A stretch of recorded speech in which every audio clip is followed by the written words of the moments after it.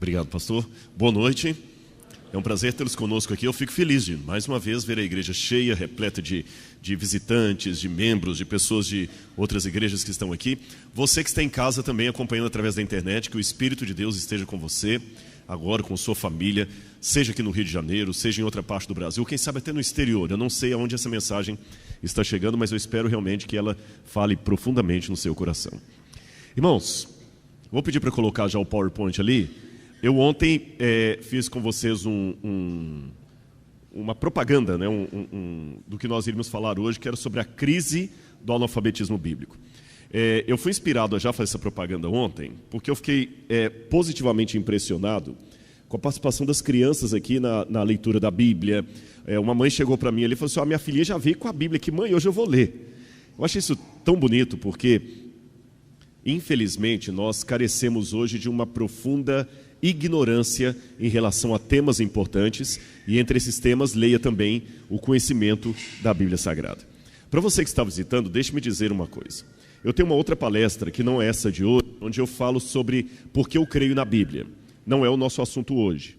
Hoje eu estou partindo do pressuposto que a Bíblia é a palavra de Deus. Nesta outra palestra, que eu não darei hoje, que eu trato do assunto por que crer que esse livro é um livro sagrado.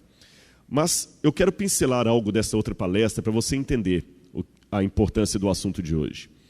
A Bíblia é um livro que você simplesmente não pode ficar neutro em relação a ele. Eu digo por quê. Se esse livro for falso, olha o desafio. Se esse livro for falso, ele é o pior livro de toda a história. Desculpem-me, não é com falta de respeito que eu digo, se a Bíblia for falsa, é o livro mais desgraçado de toda a história. Por quê?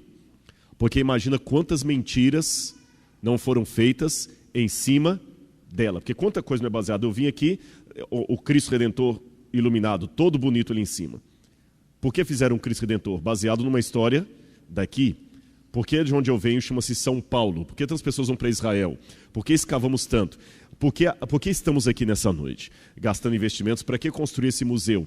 Se esse livro for falso, quanta coisa não foi ensinada de maneira falsa e merece ser urgentemente corrigida. Por outro lado, porém, se esse livro for verdadeiro, é o maior livro de toda a história. O mais maravilhoso, o mais fantástico. Em outras palavras, se eu estou segurando um livro falso, sábio é aquele que o combate.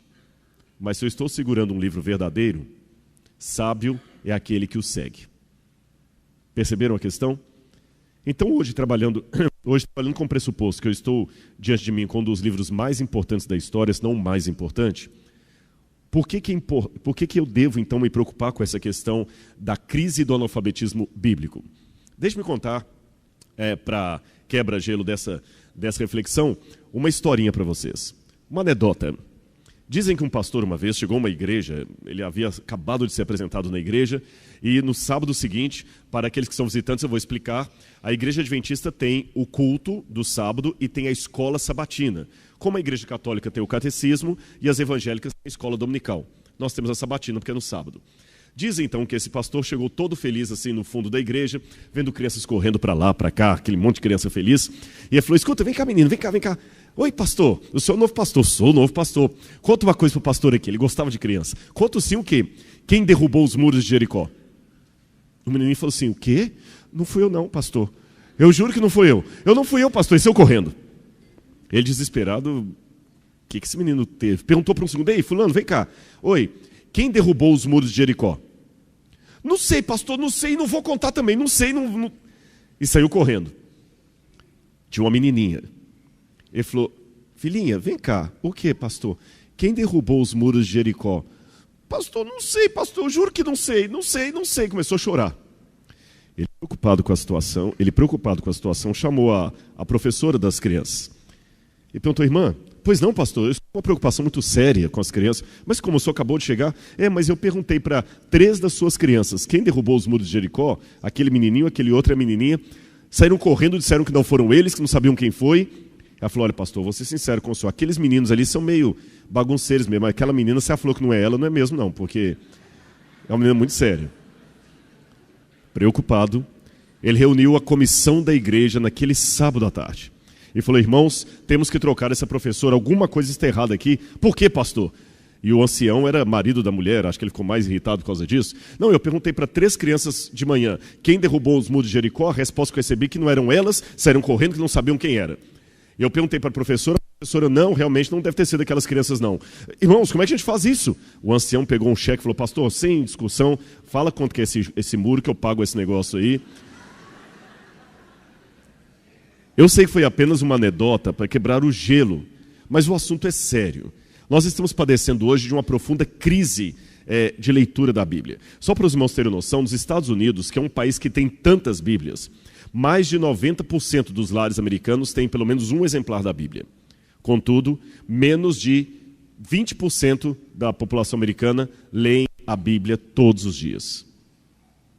Eu não tenho um dado no Brasil, infelizmente o Brasil é muito fraco ainda de pesquisas, assim, a gente tem que pegar a relação americana, mas infelizmente eu acredito que muitas pessoas no Brasil também não leem a Bíblia todos os dias, embora tenhamos tantas Bíblias. Só para eu ter uma noção do que eu estou falando, incluindo smartphones, tablets e a Bíblia impressa, quantos têm pelo menos um exemplar da Bíblia em mãos aqui nessa noite? Olha, não vou falar 100%, porque eu vi umas 2 mãos abaixadas aí, mas chegou perto disso. Eu não vou perguntar quantos a leem todos os dias para não constranger ninguém, mas eu tenho certeza que o número de mãos vai cair. Agora vejam um contraste. Vamos abrir a Bíblia em Apocalipse capítulo 1, verso 3. Eu vou pedir essa moça aqui para ler para mim. Você pode ler? Apocalipse capítulo 1, versículo 3. Capítulo 1, isso, versículo 3. Preste atenção na leitura dela e vejam se vai estar um pouquinho diferente da de vocês. Bem-aventurado é aquele que lê os que ouvem as palavras dessa profecia e guardam as coisas que nela estão escritas, porque o tempo está próximo. Muito obrigado. Viu? Perceberam como ela leu? Eu vou repetir a tradução do que ela leu. Bem-aventurado aquele que lê e aqueles que ouvem as palavras da profecia desse livro e guardam as coisas nelas escritas, porque o tempo está próximo. A sua Bíblia, eu sei que algumas Bíblias estão diferentes, por causa da versão mais moderna, mas existe um detalhe especial que dá uma diferença marcante entre as traduções. Eu vou repetir a tradução dela. Bem-aventurado aquele que lê e aqueles que ouvem as palavras da profecia desse livro. Alguma Bíblia está diferente disso? Qual a diferença? Os que ouvem, eles guardam, né? Sim, mas só essa frase, bem-aventurado aquele que lê e aqueles que ouvem, obedecem. Mas não tem uma diferença de modo verbal aí, não? De concordância verbal? Bem-aventurado aquele que lê e aqueles que ouvem. Não existe uma diferença de singular e plural aí? Como é que está na Bíblia de vocês? Ou de alguns aí? Em algumas Bíblias está bem-aventurados aqueles que leem e aqueles que ouvem. Na versão dela, bem-aventurado o que lê e os que ouvem. A diferença é que numa versão, todo mundo lê, todo mundo ouve. Na outra versão, um lê e os outros ouvem. Essa versão segunda é que está correta. No original grego, está bem-aventurado aquele que lê, singular, e aqueles que ouvem, no plural. Rodrigo, mas é uma diferença pequena, não é não. Sabe por quê? Sabe por que no original grego está bem-aventurado aquele que lê e aqueles que ouvem? O que vocês deduzem? Será que eles tinham tanta Bíblia assim para todo mundo? A Bíblia era tão rara e cara que a igreja cristã primitiva tinha às vezes só um exemplar ou um pedaço em que a pessoa teria que ler e os demais ouvirem. E muitas vezes as pessoas decoravam. Aliás, a Bíblia é muitas vezes feita de maneira mnemônica, ou seja, para facilitar a memorização. Se você pegar os Salmos, a poesia hebraica, ela é sempre em paralelismos. Sempre em paralelismos. A mesma ideia é repetida várias vezes. É como se eu dissesse, a menina era inteligente e bonita. Uma garota esperta e formosa. Eu falei a mesma coisa, menina, garota, inteligente, esperta, bonita, formosa. você repete a mesma ideia várias vezes para facilitar a memorização, porque as pessoas não tinham acesso à Bíblia. Agora vejam que contraste. Enquanto ali a maior parte das pessoas não tinham Bíblia e se esforçavam para entendê-la, nós que temos tantas Bíblias, não nos preocupamos com isso. Deixa eu contar uma coisa rápida para os irmãos. Tá falhando aqui, a pilha vai trocar? Eu percebi. Quer que eu pegue qual? O amarelo. Tá. Melhorou? Ok. Muito bem, pessoal. Como eu estava... Mas vocês conseguiram ouvir, não é? Apesar de uma falha aqui e outra. Eu vou contar uma história que aconteceu quando eu preguei uma vez no Sudão. Na época havia só um país, não havia o Sudão do Norte e o Sudão do Sul. Eu preguei em Khartoum. E me chamou a atenção, naquele país, quando eu fui pregar ali, uma igreja... Não tinha placa do lado de fora, que era um país muçulmano. O Khartoum deixava a igreja adventista ter um escritório, uma escola e uma igreja. Mas nenhuma propaganda, não podia pregar em público. Eu tinha um rapaz lá que estava se convertendo para a igreja, e eu fui abrir a Bíblia para ele num shopping center para pregar para ele, quase que eu tive problemas com a polícia lá. E eu me lembro que eu preguei nessa igreja pequenininha, mas muitas pessoas sentadas em bancos improvisados com tijolos, no chão, e eles cantavam. É lógico que eu não tenho influência em árabe, então eu pregava em inglês que alguém traduzia para o árabe. E você sabe que toda pregação traduzida é o dobro do tempo. Porque tudo que você fala, o tradutor repete. Se você fala meia hora, vira 1 hora. Se você fala 1 hora, viram 2. E eu estava preocupado que eles cantavam. E é bonito o jeito que o africano canta, porque eles cantam em vozes. Sabe? É quase natural. Isso faz parte já da cultura deles. E eles cantavam. Me deram o microfone para falar. O tempo, não tinha microfone. Para falar eram 10 para meio-dia. Aqui no Brasil, 11h30, meio-dia, a gente está terminando o sermão. Eu falei, 10 para o meio-dia, o que eu faço? Eu tentei picotar o meu sermão o máximo que eu pudesse, levei até 12h30, mais ou menos. O que não foi tanto tempo, considerando que eu estava com o tradutor. Quando nós saímos da igreja, aqui nós temos o costume de cumprimentar as visitas e os membros da igreja à porta. Eu saí, veio o meu tradutor, despediu de mim e ficou do lado. Veio uma pessoa, despediu de mim do tradutor e ficou do lado. Veio outro, despediu de mim do tradutor do outro e ficou do lado. Fazendo 2 filas, perceberam? Eu achei interessante, falei, olha, vou levar esse costume para o Brasil, todo mundo cumprimenta todo mundo. Mas, para surpresa minha, quando o último passou, eles voltaram para dentro da igreja. E eu perguntei para o meu tradutor, por que eles voltaram? Agora eu estudo de Daniel e Apocalipse. Não tinha almoço. Eles eram tão pobres que não tinham condição de almoçar. E eles tinham prazer em ficar na igreja. Irmãos, ficamos até 4h30 da tarde estudando a Bíblia. Depois de 4h30, os mais velhos foram para casa e chegou um dos jovens e pediu assim, olha, já que você é arqueólogo, você não pode ficar com os jovens um pouco falando sobre Jerusalém e Israel? 6h da tarde. E eu perguntei para um homem da ADRA que trabalhava ali, o Michael Ree, que era da Austrália, ele falou, calma, fica tranquilo, depois eu te explico isso aqui. A maior parte das pessoas que te escutaram vieram do sul do Sudão, Darfur, e eles lá têm perseguição, não podem ler a Bíblia, não podem nem ir à igreja, muitos são mutilados por causa da perseguição religiosa. Então, quando eles têm a oportunidade de ir para a igreja sem serem perseguidos, eles não querem mais ir embora para casa. Um detalhe que eu esqueci de falar. Só havia umas 4 ou 5 Bíblias ali, a minha, a do tradutor e de mais alguns membros da ADRA. O pessoal só ficava me escutando. Será que o nosso problema é que nós talvez não tenhamos demais? Olha o que disse Mário Sérgio Cortella. Nós estamos satisfeitos, nós temos uma TV Novo Tempo, nós temos uma igreja bonita aqui, não é só essa, tem a igreja da Barra, tem a igreja central, não é isso? Tem a igreja de Curitiba, tem tantas igrejas, tantas Bíblias, tantas versões diferentes. Mas cuidado com essa satisfação. Mário Sérgio Cortella disse, a satisfação paralisa, adormece e entorpece. Ela conduz a um estado perigoso de tranquilidade. Não estou querendo dizer que nós não podemos estar satisfeitos, mas eu fico com medo, como eu falei com os irmãos, pouco menos de 1/3 dos americanos, é menos de 20%, essa é uma outra pesquisa, e diz que 26% dos norte-americanos nunca leram a Bíblia. Eles estão um número um pouquinho diferente do outro. E olha uma pesquisa que fizeram de cultura bíblica entre americanos evangélicos, e olha o que descobriram. Isso foi o State of Bible, foi feito pelo Barna Institute e pelo American Bible Society em 2014, recente. Fizeram entrevista e 81% dos entrevistados diziam conhecer a Bíblia e o seu conteúdo. Contudo, menos de 43% deles foram capazes de citar os 5 primeiros livros da Bíblia. 50% sabiam que João Batista, apenas 50% sabiam que João Batista não era um dos 12 apóstolos. 69% acreditavam que a frase Deus ajuda quem cedo madruga estava na Bíblia. 48% acreditavam que o livro de Tomé fazia parte do Novo Testamento. E 58% dos entrevistados não souberam responder quem pregou o Sermão da Montanha. Será que se eu fizesse essa pesquisa aqui também eu teria um resultado melhor?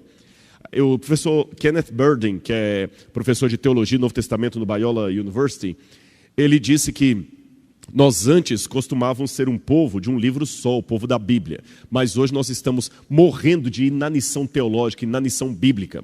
E ele, como professor de teologia, observou algo que eu também já vi no seminário. Muitas vezes, grande parte dos alunos que chegam para fazer teologia não sabem de cor nem as principais histórias do Novo Testamento. Cada vez que passa está menor ainda.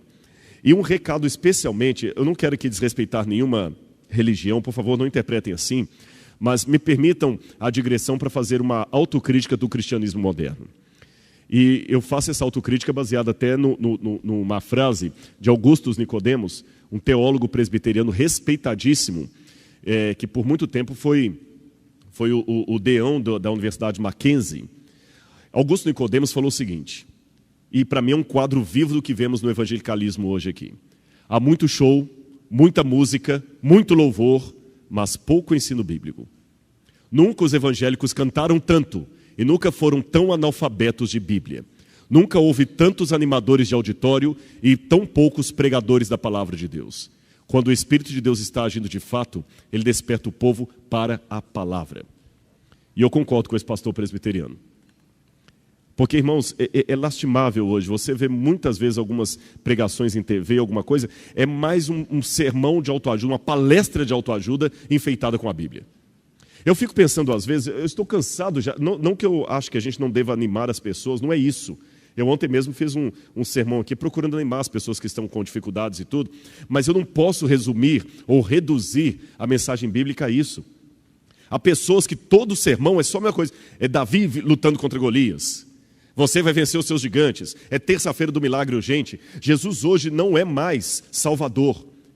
Perceberam isso? Na época de Billy Graham, a ênfase dos pastores, dos pregadores era: venha a Jesus, você que é um pecador, aceite a Jesus como seu salvador pessoal para a remissão dos seus pecados e a sua salvação. Essa pregação desapareceu. Hoje a pregação é: meu amigo, minha amiga, você que está com problema na empresa, você que está com problema nos negócios, você que está com problema na família, você que está com problema nisso, vem aqui, nós vamos fazer aqui o óleo ungido em Israel, o sal ungido em Israel. Isso para mim é idolatria. E eu me preocupo muito quanto as igrejas estão cada vez diminuindo mais o uso da Bíblia para colocar a imagem do pastor, virou franquia. Algumas igrejas que é a igreja do fulano de tal, você chega lá e tem a foto do camarada de todo tamanho na porta. E onde é que está a Bíblia? Irmãos, desculpem, é um desabafo que eu faço, porque eu lido muito com secularizados, ateus e pessoas que não querem saber de Deus, e eu temo que às vezes nós, como cristãos, estamos dando o maior argumento que o ateu possa ter. Por isso que eu citei esse pastor presbiteriano. Muita cantoria, muito teatro, muita animação. Uma vez um ateu que estava ouvindo essa mesma palestra minha, ele estava na igreja e falou assim: obrigado, eu gostei do que você falou, porque eu fui a uma igreja uma vez com os amigos, e eles cantaram tanto, e gesticulavam, e levantavam a mão para cima, e tudo mais, e choravam, e riam, e pulavam. E depois que nós saímos, o meu amigo falou: então, você não sentiu nada de especial? Porque olha como é que nós estamos nos sentindo leve. E ele falou assim: olha, posso ser honesto, não quero ofender vocês. Eu sou professor de educação física. O que vocês fizeram lá é apenas estimular os hormônios do humor, a endorfina, da alegria. Isso eu faço na academia, as pessoas saem do mesmo jeito, vocês gesticularam, pularam. Perceberam? Eu acho que a gente tem que mostrar a razão da nossa fé. Por que eu creio que Jesus Cristo é o Senhor? Qual a diferença entre Sansão e Hércules? Porque hoje a história de Sansão é contada de um jeito tão banal, só de autoajuda, que eu acho que quase dá para fazer a mesma coisa com a mitologia grega. Hércules lutou contra o leão de Nemeia. Hércules lutou contra os seus inimigos. Hércules realizou os seus 12 trabalhos e enfrentou os titãs. Por isso Hércules conseguiu um lugar no topo do Olimpo, ao lado de Zeus. Você também hoje deve ser um Hércules. Qual é o leão de Nemeia da sua vida? Mas eu acho que a Bíblia tem que ser algo mais do que a mitologia grega. Ela tem que ter um poder que os mitos não têm. Por isso eu tenho que dar enaltecimento à palavra de Deus. A palavra de Deus. E, irmãos, o cristianismo está perdendo o conhecimento da Bíblia. Eu sei que a Bíblia fala em Oséias capítulo 4, verso 6, é um texto conhecidíssimo. O meu povo perece por falta de conhecimento. Hoje, aproveitando o gancho que teve uma novela recente aí sobre os 10 mandamentos, na Bíblia diz que Moisés chegou um dia para Faraó e falou assim: ó Faraó, o povo de Deus é escravo no Egito. Eu tenho uma ordem de Deus para você, Faraó. Deixe o meu povo ir. Eu diria que se fosse hoje, o imperativo de Moisés seria um pouco diferente. Se Moisés se reerguesse hoje contra os faraós modernos, talvez ele não falaria, deixe o meu povo ir. Ele diria, deixe o meu povo saber. Porque a escravidão egípcia de hoje é a falta de conhecimento da palavra de Deus. Não é deixe meu povo ir, é deixe o meu povo saber, deixe meu povo conhecer. Agora que contraste. Uma pesquisa mostrou que 77% dos americanos acreditam que a maior parte dos valores americanos estão em declínio, estão tendo problemas morais na América. E 25% deles acreditavam que era falta justamente de entrosamento de questões temáticas espirituais, religiosas, inclusive a Bíblia. As pessoas não estão conhecendo a Bíblia hoje, não estão conhecendo a palavra de Deus. E para você, agora eu vou pedir licença aos visitantes para também lavar uma roupa suja em casa. Você que é adventista, você que é jovem que nasceu na igreja, por que você acredita no que acredita? Só porque seu pai e sua mãe falaram?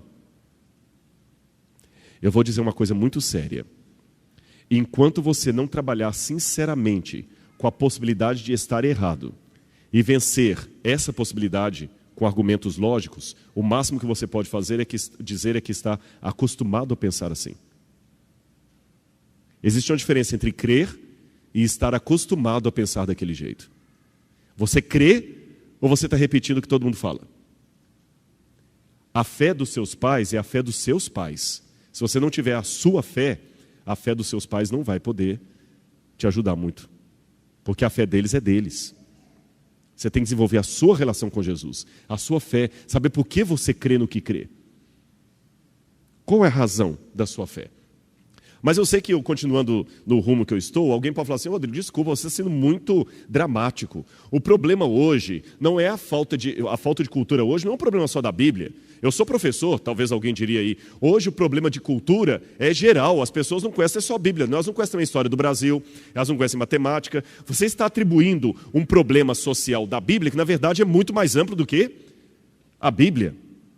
Será? Será que... Eu quero pedir uma licença, antes de eu pedir isso aqui, deixa eu me perguntar, quantos aqui são educadores ou lidam com a área de educação? Quantos são professores? Vários aqui. Eu vou pedir licença para falar uma coisa completamente não ortodoxa aqui, e espero não receber pedrada de vocês. Quando os professores... Eu sou professor também, viu? Sou professor também. Quando os professores dizem que o problema hoje é a falta de cultura, que os jovens não são cultos... no passado também fazia esse discurso. Por exemplo, hoje não incentiva mais a leitura dos clássicos. Hoje não se lê mais Machado de Assis, Dostoiévski, Shakespeare. Não se leem mais os clássicos. As pessoas não conhecem, não se leem. Fala de Nietzsche, mas ninguém lê Nietzsche. Não se leem os clássicos. Mas hoje eu mudei um pouquinho o meu discurso. A pergunta que eu quero fazer para os educadores é o seguinte: será que o problema realmente é a ignorância absoluta? Será que existe mesmo ignorância absoluta? Eu vou explicar o que eu quero dizer. Me chama a atenção que o nível de conhecimento cai, mas o nível de letramento digital aumenta. Será que o seu aluno realmente é inculto? Eu vou explicar melhor o que eu quero dizer. Vocês lembram que John Locke, nos tempos dele, dizia que o ser humano é tábula rasa, folha de papel em branco, que o que você colocar na cabeça da criança, fica. Você sabe que os pedagogos hoje não acreditam mais assim. A criança não é mais folha de papel em branco. Quando você recebe o aluno em sala de aula, ele já traz um conhecimento prévio de casa. Ninguém é folha de papel em branco. As pessoas já conhecem algo. Aliás, vocês sabem que a pior injustiça é chamar, a palavra mais errada que usamos é chamar os estudantes de alunos. Sabiam disso? Sabe o que significa a palavra aluno? Sem luz, alumni. A gente ainda chama os estudantes por uma palavra que está desatualizada, porque aluno sem luz reflete essa época em que acreditavam que o ser humano nascia como tábula rasa, folha de papel em branco. Hoje os professores sabem que não. O aluno já traz muito conhecimento de casa, conhecimento prévio, mesmo as criancinhas. Você pensa que não? Estão atentos a tudo. Agora, então, se é assim, eu tenho a ideia, meus amigos professores, educadores, que o problema hoje não é a falta de cultura. Pelo contrário, não existe falta de cultura. Existe cultura inútil e perigosa. Hoje nós vivemos uma época de muitos doutores ou doutorandos em cultura perigosa e inútil. Pergunte para um jovem o nome dos 12 apóstolos, ele não sabe dizer. Mas pergunte para ele todos os personagens do Game of Thrones, ele sabe. E para sair um pouquinho da Bíblia, pergunte para ele a tabela periódica, ele não sabe. Mas pergunte o nome de todos os clássicos do futebol, ele sabe. Por isso que eu coloquei esse slide bem a propósito aqui. O doutoramento em estupidez e cultura inútil. Não sabe nada sobre a história do Brasil, para citar o conhecimento secular. Não sabe nada sobre economia, sobre a política. Digo, além daquilo que a TV apresenta. Mas ele sabe tudo sobre Big Brother Brasil. Ele sabe tudo sobre quem ganhou o campeonato, quem saiu. Ele não conhece praticamente nada de Dostoiévski, nada de Freud, nada de Sócrates, mas ele sabe tudo da vida de Ronaldo Gaúcho, de Neymar. Cultura inútil. Jogador de futebol. Mas veja bem, e o conhecimento que vale a pena? Cultura inútil. Aqui essas revistas que saem assim, olha, Xuxa revela segredos mais íntimos. Nossa, eu tenho que ler essa revista. Não, eu acho incrível como é que a mídia pega um besteirol, uma cultura que não vai me acrescentar nada, e vende. Eu lembro da comportagem, era uma dificuldade de vender revista Vida e Saúde. Ninguém tinha tempo, mas revista caras. Aí vem lá a manchete assim, né? Fulano de tal é fotografado no aeroporto ia falar Guarulhos. Santos Dumont, fulano de tal é flagrado no aeroporto Santos Dumont andando de mãos dadas com sua namorada. E eu aqui preocupado com a alta do dólar. Conhecimento inútil. E jovens, sabe por que eu estou... Não estou falando que você tem que ser um nerd agora, não pode ter um pouquinho de conhecimento popular. O problema é que a sua mente... Você está acostumado com o computador mais do que eu. Você já nasceu numa geração de internet. Você sabe que quando você começa a colocar muita coisa no computador ali, ele vai ficando mais lento. Você vai enchendo o seu celular de foto, tem hora que ele para de tirar foto. Por quê? O espaço do HD, do Winchester, da memória, como você quiser chamar, ele tem limitação. Essa coisinha que está aqui na sua cabeça, também chamada cérebro, também tem limitação. Se você fica enchendo de lixo, você não vai ter espaço depois para raciocinar com coisas que são importantes, especialmente o conhecimento que vai trazer a salvação para você. Desculpa, eu não consigo entender coisas da Bíblia. É lógico, sua memória está lenta. Conhecimento inútil, mas também conhecimento perigoso. Eu acho interessante que, enquanto nós temos aqui, talvez, em muitas comunidades, crianças que não têm oportunidade de ir para a escola e talvez não saibam mal assinar o nome delas, mas sabem montar e desmontar um AR-15 melhor do que um fuzileiro das Forças Armadas. Sabem refinar uma cocaína precisamente melhor do que um químico com graduação na USP. Vocês entenderam, então, os que lidam com a educação, por que eu questionei se realmente o problema é a ignorância? Será que o problema é a falta de cultura ou é a cultura inútil? Isso dá um trabalho a mais para os professores, porque hoje o seu desafio não é meramente ensinar, é corrigir. É muito mais difícil. Para o professor hoje ensinar, ele tem que corrigir, tem que limpar. reformar, tirar conceitos, mudar. Mas, infelizmente, nós vemos a pós-modernidade que você tem que, essa onda de tolerância, a gente tem que tolerar tudo, você não pode questionar mais nada. Então, se você ensina uma coisa para o aluno, o pai pode até te processar. E na igreja também, muitas vezes, o que temos que fazer é corrigir conceitos. Eu vou dar mais um argumento para vocês, que a nulidade, o conhecimento estúpido, gera pessoas por aí. Hoje, a enciclopédia mais badalada não é a britânica, não é a Wikipedia. Todos os acadêmicos têm um pavor da Wikipedia, porque ela mistura a frase de um acadêmico de Harvard com uma criança de 10 anos na mesma página. Mas a Wikipedia tem um aspecto social relevante que eu queria trabalhar com vocês. A Wikipedia, você sabe como funciona, ela é alimentada por pessoas de todas as áreas, concorda? Então a Wikipedia me dá uma lista de qual o conhecimento que interessa às pessoas, porque se são as pessoas comuns que alimentam a Wikipedia, o conhecimento mais valorizado pelas multidões também será mais valorizado na Wikipedia, porque ela reflete aquilo que o povo valoriza. Agora vejam, lembram que o Romário, quando ele falava da camisa 11 dele, ele falou assim, Deus é 10, mas Romário é 11. Vocês se lembram disso? Eu acho que agora a coisa ficou pior, porque Romário acabou virando 21 e Deus virou 9. Por quê? Se você olhar a Wikipedia, você tem 1000 palavras, só para falar dos 1000 gols de Romário e tudo mais, você tem 21.000 palavras no verbete Romário. Olha depois lá no Wikipedia. É lógico que ela sempre modifica, né? Mas olha, quando eu fiz essa pesquisa, você tem 21.000 palavras no Wikipedia falando sobre Romário e apenas 9.500 palavras falando sobre Deus. Romário é um assunto mais importante do que Deus. Sobre a Mona Lisa e o renascentismo, você tem 16.000 palavras. Mas sobre Pokémon, você tem 47.000 palavras. Estão entendendo o que eu quero mostrar? Para falar sobre os 12 apóstolos, você tem 7.500 palavras. Mas o verbete Paquitas conta com mais de 12.000 palavras. Para falar sobre o Tiranossauro Rex, você tem 13.000 palavras. Já para falar sobre o Yoshi, que é um personagem de videogame, você tem 16.000 palavras. Isso está mostrando que o problema do povo hoje não é ignorância, é conhecimento errado, conhecimento perigoso e inútil, que ocupa o lugar do conhecimento válido. Agora eu queria abrir a Bíblia com os irmãos em Oséias, capítulo 4, verso 12, para mostrar uma coisa interessante. Nós citamos o texto de Oséias aqui, onde ele fala que o meu povo perece por falta de conhecimento. Mas tem uma coisa que as pessoas não percebem tanto. Oséias 4, verso 12. Olha o que diz aqui. O meu povo consulta o seu pedaço de madeira, a sua vara lhe dá a resposta, porque um espírito de prostituição os enganou, e eles, prostituindo-se, abandonaram o seu Deus.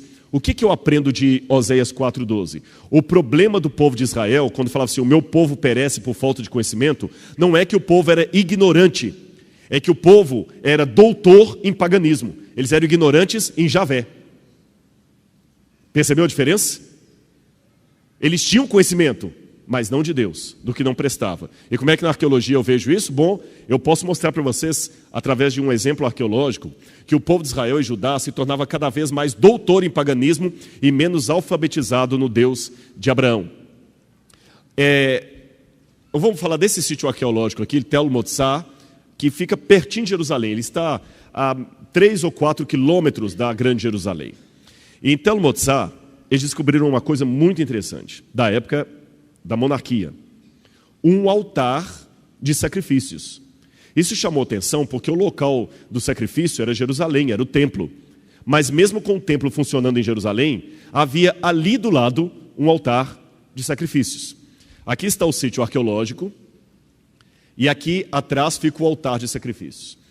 Deixa eu explicar para vocês, a diferença de um altar de sacrifícios israelita para um altar de sacrifícios de outras culturas, é que Deus orientou que o altar hebreu ele deveria ser de pedras brutas. Do jeito que ela estava na natureza, tinha que pegar. O altar pagão era de pedras lavradas, ou seja, como se fosse um tijolo mesmo, tudo retinho. Quando eu analiso esse altar, eu percebo que ele é feito de pedras brutas, exatamente como Deus orientou, ou seja, era um altar israelita. Se eu encontrasse só esse altar, pequeno, simples, eu falo, olha, o pessoal aqui seguiu aquilo que Deus ordenou. Porém, olha o que chamou a atenção. Junto ao altar, várias estatuetas. Você sabe, uma das coisas que marca um sítio israelita é o fato de não encontrar ali estatuetas, ídolos. Mas olha quantos que encontraram ali. Olha a quantidade. Sincretismo. Eles faziam por um lado o que Deus mandava e faziam por outro o que Deus detestava. E esse sincretismo fascinava o povo de Israel tanto. Vocês estão notando, que animal é esse aqui? Conseguem perceber? É um cavalo, é uma besta de carga. Uma das divindades que mais chamava atenção naquela época era Áshera. Áshera era a esposa de El, da família de Baal. Da família de Baal. E olha esse achado arqueológico aqui, que incrível. Alguém desenhou, isso aqui é datado do século X a.C. Alguém desenhou aqui 3 personagens e escreveu em hebraico aqui em cima, para Yahweh, o nome de Deus, para Yahweh e a sua Áshera. O que vocês perceberam? Se Baal tem uma esposa, se El tem uma esposa, o que está faltando no nosso Deus? Vamos colocar uma esposa para ele ficar mais popular. Criaram uma esposa para o Deus de Israel. E isso me acho tão interessante que essa Áshera, essa aqui são alguns exemplares de Áshera que nós temos no Museu do UNASP. Isso aqui faz parte do acervo do Museu do UNASP, original. Áshera, às vezes aparece com a cabeça de um pássaro, às vezes com a cabeça de uma mulher. E ela tem os seios bem destacados e segura os seios, porque ela era uma deusa da fertilidade, usada na agricultura. Então todo mundo gostava, era moda adorar a Áshera, ou Astaroth também que aparece. Então criaram uma forma de tornar o judaísmo mais simpático aos vizinhos pagãos. Mas eu não terminei ainda. Às vezes, Áshera aparece montada numa besta de carga. Por isso que eu mostrei para vocês aquele slide anterior lá da besta de carga. Mas vamos juntar as peças do quebra-cabeças. Áshera era a esposa de El, da família de Baal. E ela às vezes aparece montada numa besta de carga. Uma mulher montada numa besta. Mas tem mais um detalhe. Áshera era uma prostituta cultica. Isso faz vocês se lembrarem de alguma coisa do Novo Testamento? Uma mulher prostituta montada numa besta? O que lembra para alguns aí? Apocalipse. A imagem do povo de Deus é justamente a da prostituição do povo de Deus. João vê uma mulher prostituta montada numa besta. Viram de onde que João tirou aquela imagem? Deus trabalhou do conhecido para o desconhecido. Como João sabia que no Antigo Testamento a mulher montada na besta era símbolo da apostasia do povo de Deus, Deus usou essa imagem para dizer que isso iria se repetir. E hoje nós estamos com problemas de sincretismo também, de apostasia das coisas que Deus orienta. Irmãos, é interessante notar que na história de Israel, essa busca pelos ídolos só passou quando eles tiveram o trauma do cativeiro da Babilônia. Aí eu fico pensando, que tipo de trauma Deus talvez não nos obrigará a passar como um povo para deixarmos também os nossos ídolos. E qual era o grande problema do passado? Vamos tornar o judaísmo mais atraente. Deixa eu abrir uma notinha de rodapé aqui para explicar uma coisa para vocês. É lógico que eu tenho que tornar a minha religiosidade relevante para a sociedade. Lógico que eu tenho que tomar. Tem uma história que eu já contei, talvez alguns já ouviram na internet, eu vou repetir essa história porque ela cai bem aqui. Houve uma vez um episódio, fictício é claro, que um paraquedista pulou do seu avião e veio descendo com paraquedas, mas o vento soprou o paraquedas para longe e ele ficou enroscado numa árvore, pendurado ali. Desesperado, como é que ele descia? Embaixo da árvore passou um homem de terno e gravata, feliz com a sua Bíblia, possivelmente indo para o culto. E o homem de cima da árvore falou, ei, por favor, você embaixo. Ele, oi, ajude-me a descer. Ajudo. Ah, olha que legal, o senhor é um paraquedista. Sim, eu sou um paraquedista, realmente. Você me ajuda a descer? Ajudo, que legal. Olha, o senhor pulou de um avião que acabou de passar, não foi? Porque eu estava vindo, eu escutei o barulho do motor. Eu pulei daquele avião. Você me ajuda a descer? Porque tem incômodo, eu ajudo. Outro detalhe, O senhor é das Forças Armadas, o senhor é da Aeronáutica, porque eu estou vendo que o senhor está de uniforme. Eu sou da Aeronáutica. Você me ajude a descer? Ajuda. Outro detalhe, eu estou vendo pela patente, o senhor é major. Aí já impaciente, o paraquedista falou, sim, sou major. E você é crente, né? Ele falou, eu sou, como é que o senhor sabe? Por causa da Bíblia? Ele disse, não, é que você está me falando um monte de verdade que não serve para nada. Eu temo que nós, como religiosos, estejamos falando um monte de verdades, eu não questiono isso, mas que não servem para nada. Nós temos que tornar o cristianismo relevante, sim. As pessoas têm que vir para cá sabendo que vão encontrar algo. Porém, contudo, entretanto, todavia, eu não posso tornar o meu cristianismo tão relevante a ponto de perder a minha identidade e aquilo que me diferencia. Porque se as pessoas vierem à igreja para encontrar o que já tem lá fora, para que elas vão vir? Irmãos, eu não sou médico, eu sei que há muitos médicos aqui, eu vou pedir licença para entrar na área de vocês, só figurativamente falando, eu não sou médico, mas uma coisa eu tenho certeza, que a diferença entre veneno e remédio é uma questão de dosagem. Então, até que ponto você está querendo tornar a igreja mais simpática, mais atrativa? Olha isso aqui que eu vi nos Estados Unidos, mesclas modernas. O que vocês estão notando de interessante aqui? Jesus, não é? Isso é a sala da escola dominical de uma igreja evangélica americana, pintada pelo pastor jovem. E está Jesus ali no meio, acompanhado por quem? Pelos Avengers. E o que tem Hulk a ver com Jesus? A justificativa, não, as crianças gostam demais dos super-heróis. Então a gente tem que, de alguma maneira, colocar Jesus junto com os super-heróis para atrair as crianças. Essa mesma, uma outra igreja também, pegando carona na mesma ideia, escreveram assim também na sala das crianças, Jesus. Mas só que quando você vê aquilo, você pensa em Jesus ou pensa em Clark Kent? Eu penso no super-homem. Eu não penso em Jesus. E essa igreja, que é a Westgate Church of Christ, fez um acampamento de verão com os jovens da igreja, e o nome era Super-Heróis da Bíblia. Olha lá, super-heróis espalham a mensagem de fé. Mas não tem nenhum herói da Bíblia. Só os heróis da Marvel. Olha lá. E todos me vestidos de Homem-Aranha, não apareceu nenhum Davi ali, não apareceu nenhum Sansão. Esse aqui é um dos líderes da igreja vestido de Homem-Aranha, e esse é o pastor dos jovens vestido de Batman. Eu sei que alguém pode falar, mas isso não vai acontecer no Brasil. Cuidado. Às vezes é muito fácil ver o defeito do lado de lá.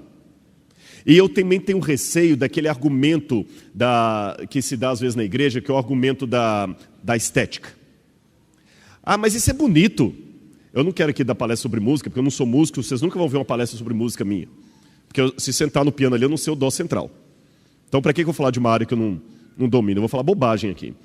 Mas eu fico preocupado com algumas argumentações. Ah, não importa o estilo da música, não, o que importa é que seja bonita, que toque as pessoas. E tem que tocar. E quanto mais legal, será? Eu lembro da história de Caim e Abel. 2 altares. Um altar de frutas, coisas da terra, e um altar com animal sacrificado. Qual dos dois era mais bonito? De frutas, claro. Mas Deus criou o altar de Abel. Eu tenho que aceitar o desafio de aprender a trocar a estética pela ética. Nem tudo que é bonitinho faz parte do plano de Deus. Agora, cuidado, para não parecer que eu estou levando vocês ao fanatismo.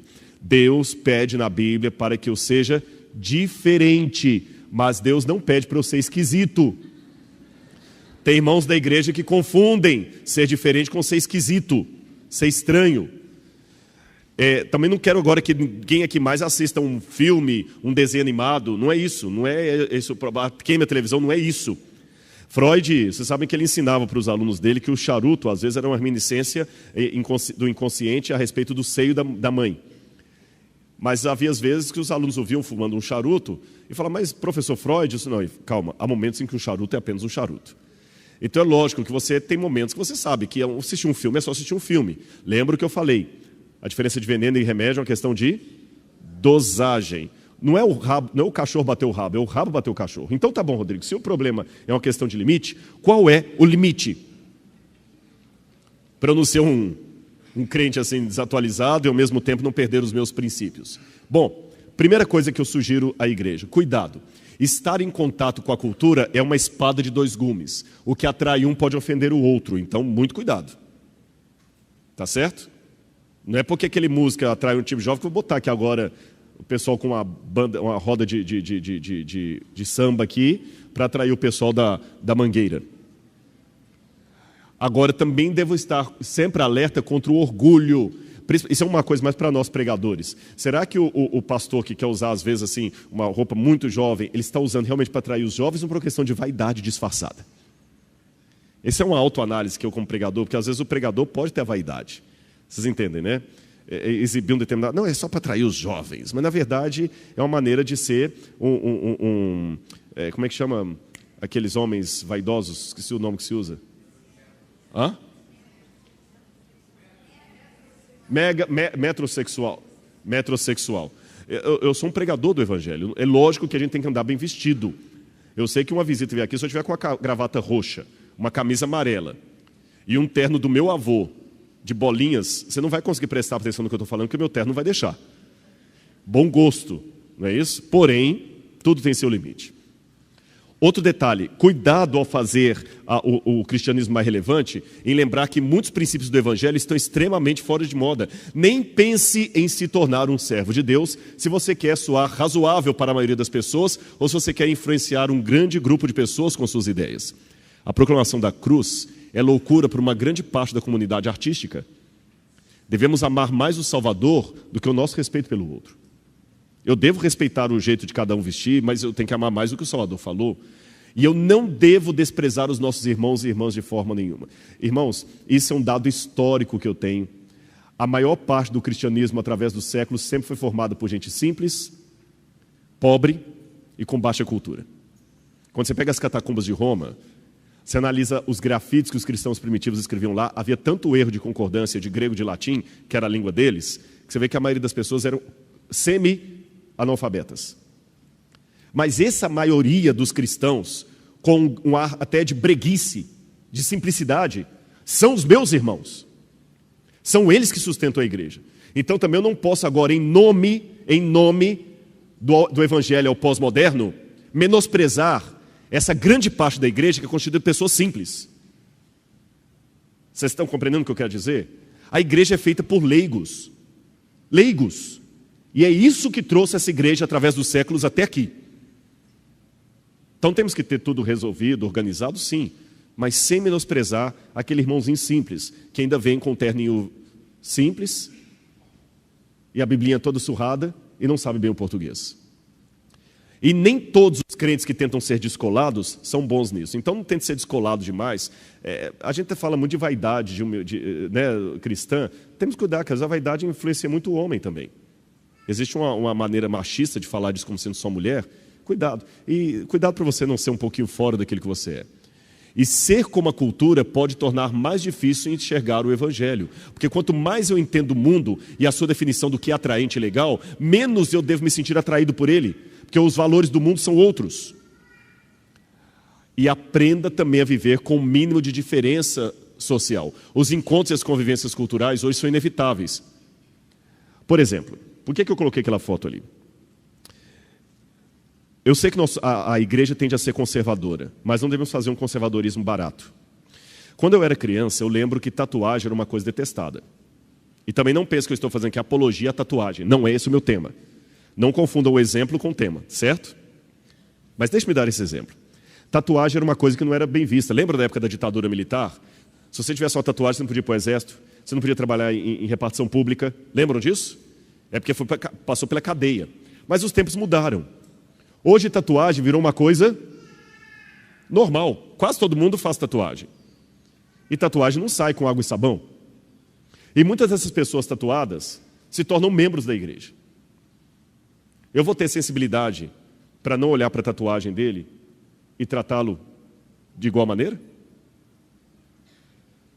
Será que eu estou preparado para receber pessoas tatuadas para vir falar aqui na frente? Para usar uma camisa de manga no acampamento? Não, esse não pode ser líder dos jovens, não, porque ele tem uma tatuagem aqui, os jovens vão ver. Eu tenho que estar um pouco mais aberto. Senão, vou criar uma discriminação desnecessária. Perceberam a questão? Houve uma moça que levou o pai dela em São Paulo numa igreja e ele era tatuador. Ele não aguentou ficar muito tempo na igreja, porque ele falou que o pessoal olhava tanto para ele assim que ele se sentiu mal e saiu. Sabe uma coisa que eu tinha vontade de escrever? Eu estou com isso na cabeça. Inspirado na Glorinha Calil, que ela é uma socialite que não é fresca, desculpe. Ela é prática. Ela é muito prática. Ela ensina como usar um celular em público, não é? Eu pensei, talvez, não que eu seja a pessoa ideal para fazer isso, mas eu tive esse insight de fazer um manual de boas maneiras na pregação do Evangelho. Porque às vezes eu tenho uma maneira brega de pregar o Evangelho que mais afasta do que ajuda. Sabe, como é que você toca determinados temas para não tornar o Evangelho uma coisa, sabe, ridícula? Bom, isso é só uma digressão. Agora, fala-se muito de tentação, mas existe também o pecado da distração, cuidado, viu? Muitas pessoas não leem a Bíblia hoje, não é porque eles estão fazendo coisa errada, é porque eles estão fazendo coisa certa em quantidade errada. Qual a diferença, Rodrigo? Eu não entendi entre tentação e distração, eu explico para você. Tentação, alguém que está na internet vendo site pornô. Isso é tentação. Distração, alguém que está na internet olhando a página do UOL, mas o dia inteiro. O Facebook, o dia inteiro. Ninguém vai chamar a atenção de um jovem, de um membro da igreja, porque ele está navegando na página do UOL ou no Facebook dele. Ninguém precisa navegar escondido no UOL. Na pornografia, sim. No UOL, não. Pornografia é tentação, o UOL é distração. E eu fico achando que às vezes a ameaça maior da igreja não é a tentação, é a distração. Porque a tentação, todo mundo vai falar que é errado. Uma mãe vai dizer assim, olha, por favor, converse com meu filho que eu peguei, esfalaguei no quarto mexendo com pornografia. Mas é a distração. Ela é igualmente satânica. Ela te distrai com coisas que não são moralmente erradas, mas te tomam o tempo da palavra de Deus.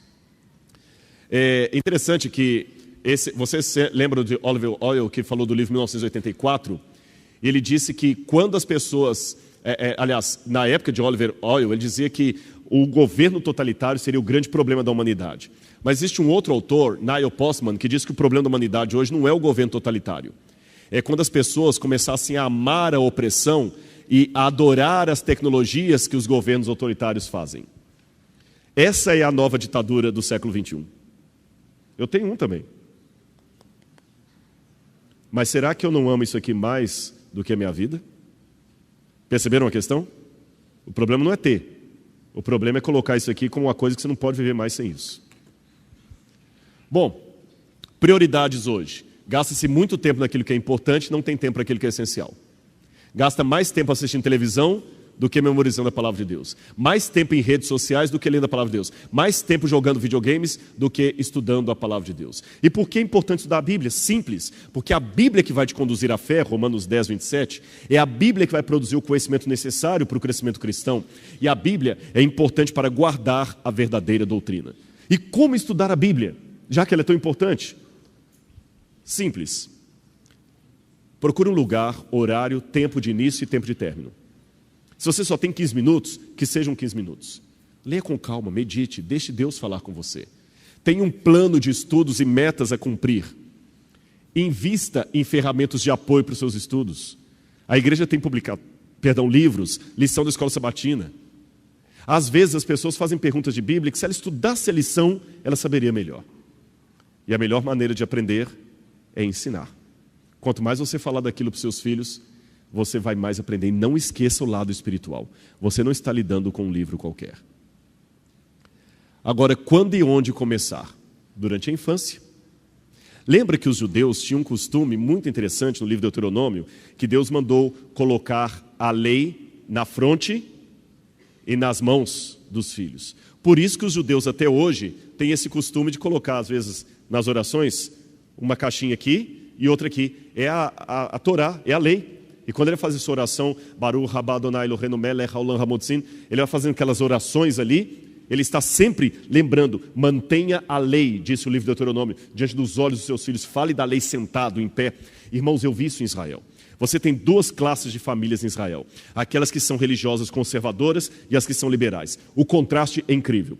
Quando eu fico num hotel mais religioso, diferente de um hotel mais secularizado em Israel, olha o que eu já percebi. E no verão, hotel secularizado, aquele bando de adolescentes sozinhos, com os monitores, correndo para todo lado, quebrando coisa, rindo, brincando, os monitores desesperados lá, sem saber como controla. Aquele monte de garotas e rapazes, segurando para não dormir em quarto separado. Para continuar dormindo em quarto separado.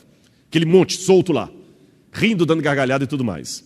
Quando eu estou num hotel religioso mais conservador, no sábado, eu vejo ao pôr do sol as famílias sentando com os filhos em grama, em mesa, o pai, o avô, o tio, que eles viajam juntos em família, e os filhos ao redor da mesa, e eles cantam. O pai começa a contar histórias da família, história do povo de Israel, e as crianças ficam todas assim ouvindo o pai. Comparando as duas situações, aqueles filhos de pais mais piedosos dificilmente largarão o judaísmo. Eles têm muitas barreiras emocionais para quebrar.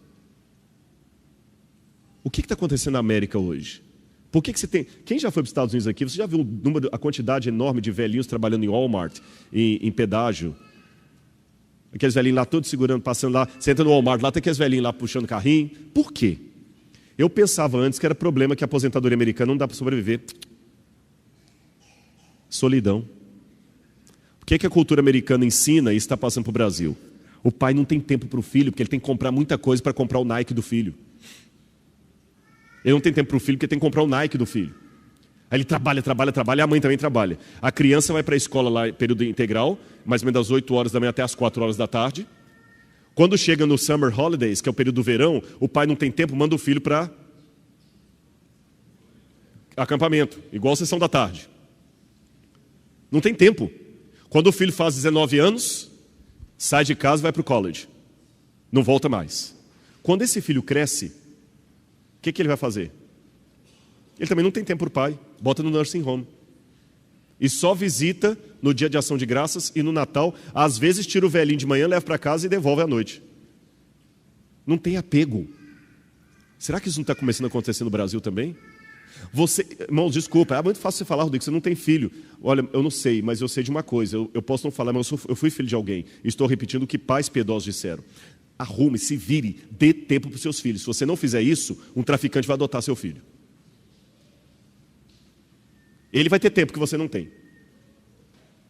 O colega da escola vai ter tempo que você não tem.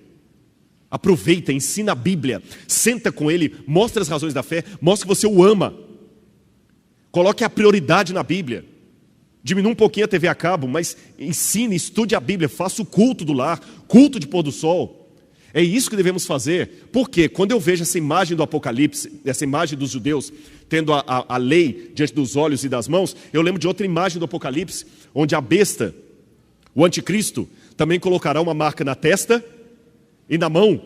Não seria uma contrafação daquilo que Deus mandou? Deus mandou colocar a lei diante dos olhos e na mão o anticristo coloca a sua marca. E o anticristo, hoje, embora a marca da besta ainda não aconteceu no sentido profético, de maneira simbólica, eu posso dizer que o anticristo está começando a colocar mini marcas na nossa juventude.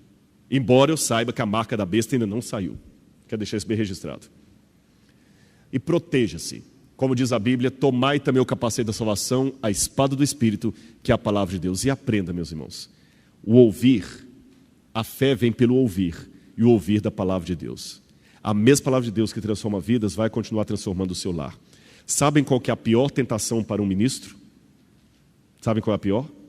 Vou revelar para vocês. Há muitos pastores aqui. A pior tentação para um pastor é começar a usar a Bíblia profissionalmente. O dia que você usa isso aqui de maneira profissional, você perdeu o seu ministério. Mas não seria talvez a pior tentação para você? Querem um exemplo final do que a Bíblia pode fazer no seu lar? Querem? Então preste atenção nesse vídeo que eu vou mostrar para vocês. Eu mencionei ontem que você já deve ter visto sermões bonitos de pastor Luiz Gonçalves, pastor Alejandro Bulhon, pessoas se emocionando, não é isso? Você imaginou um sermão tão poderoso quanto o de Luiz Gonçalves, pregado por uma garotinha pequenininha, que faz um apelo em rede nacional, e uma criança aceita o apelo e se emociona? Querem ver isso essa noite? Presta atenção nesse vídeo, então, que foi gravado no programa do Raul Gil. E, ao assistir esse vídeo, especialmente o final, o início dele não parece uma coisa além de uma criança inteligente. A surpresa está no final. E pense, ao assistir esse vídeo, o que Deus pode fazer com você e sua família se você colocar a Bíblia no coração das suas crianças. Preste atenção. Fala, então. A Bíblia está cheia de histórias de pessoas que fizeram Deus ficar muito feliz, e esta é mais uma delas. No livro de Gênesis, conta que teve um tempo que os homens ficaram muito maus, por isso faziam coisas terríveis, matavam, roubavam, brigavam uns com os outros. Era uma loucura. E aí, pessoal, o que é isso? Vamos parar com essa bagunça, isso? O que está acontecendo aqui, afinal de contas? Brigando de novo. Mas que coisa, você só sabe arrumar confusão, hein? Ponto. Chegou, Santi. Sai pra lá, não é? Vem se não se mete, for chamar, tá legal? Vamos querer saber você não, cara? Nós queremos saber mesmo. É de muita farra, muita animação, socorro, muita loucura, tá, pessoal? É isso aí, cara. Deixa a gente passar, tá legal? Se moda. Esse é Noé, um homem que sempre procurou obedecer a Deus. Ele foi o único homem bom de todos os que viviam naquele tempo. O único homem que não tinha a cabeça oca. Mas a família de Noé era diferente. Ele tinha 3 filhos que se chamavam Sem, Cã e Jafé. Todos trabalhavam com o pai. Tinham uma vida boa e alegre também. E choveu muitos dias, até que a água cobriu casas, montanhas, tudo. Ainda bem que o Noé foi obediente a Deus. Você também é obediente? A arca ficou presa no pico de uma montanha que estava debaixo da água. Noé colocou o nome daquela montanha de Monte Ararat. Apesar de todos os louvores do dilúvio, Deus estava alegre, porque o Noé o obedeceu. Por isso, a terra seria povoada de novo, e ele poderia se alegrar novamente com a sua criação. Quando chove, em qualquer lugar do mundo, quando as gotinhas de chuva encontram a luz do sol, o arco-íris aparece. Quando você ouvir riscando o céu, lembre-se dessa história que aconteceu de verdade há muitos anos atrás. Sai do meu amiguinho, que Deus te ama muito e cuida de você como cuidou de Noé e sua família. Então confie nele como Noé confiou.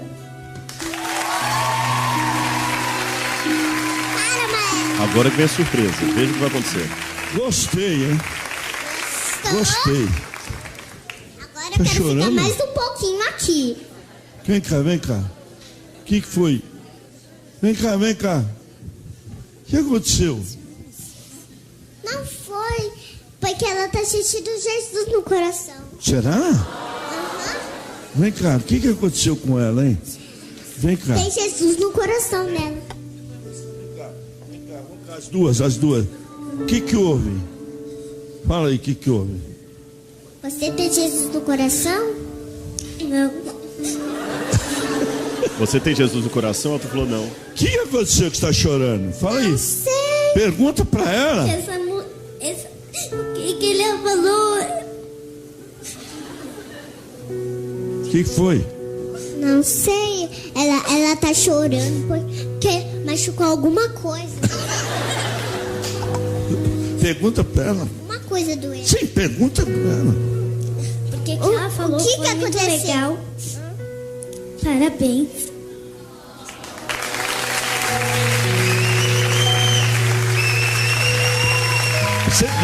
Você quer orar pra ela também?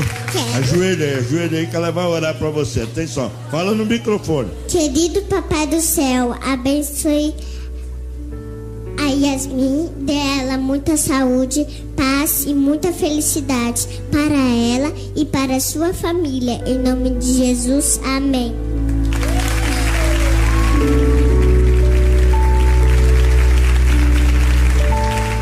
Pronto. Melhorou, Yasmin? Então fala pro auditório por que Orei, você tá... agora ela não tá mais chorando, ela ficou feliz. Hã? Ela tá feliz agora. Pergunta pra ela. Você tá feliz? Tô. Ela tá. Tá. Pergunta pra ela por que ela tá chorando, que eu não entendi até agora. Por que você tá chorando? Porque você é muito linda, você conta bastante história de Deus. Você conta todas as histórias, todo mundo chora. Presta atenção, olha. Que tem alguma coisa na família, Ó. eles choram. Que tá acontecendo essas coisas, né? O que E tem? o meu coração...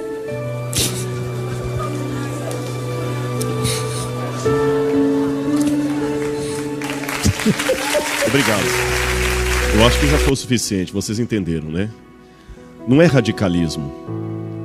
Mas eu tenho certeza que essa menina não tem muito tempo para ficar assistindo Hannah Montana, Disney Channel. Os pais devem ter investido mais em coisas espirituais e eles mesmos devem ter sido espirituais. Vocês viram a outra? A outra queria aquilo também. Se sentiu tocada. Se isso não for o Espírito Santo, eu rasgo meu diploma de teologia. Eu termino a minha mensagem aqui contando uma história para vocês. Um casal uma noite resolveu estudar a Bíblia por conta própria. E depois da primeira leitura, o homem virou para a mulher e falou assim: mulher, se esse livro estiver certo, nós estamos errados. Na segunda noite que ele estava lendo o livro, ele falou assim: mulher, se esse livro estiver certo, nós estamos perdidos. Mas na terceira noite, ele concluiu agradecido: se esse livro estiver certo, nós podemos ser salvos. E eu tenho certeza que esse livro está salvo, que está certo. E você pode ser salvo pela mensagem que ele traz. Que Deus abençoe cada um. Vamos estudar a Bíblia, vamos conhecer a palavra de Deus. Amém? Nós teremos agora uma música final. Ok? Vamos fazer oração então? Vamos ficar em pé e fazer a oração final.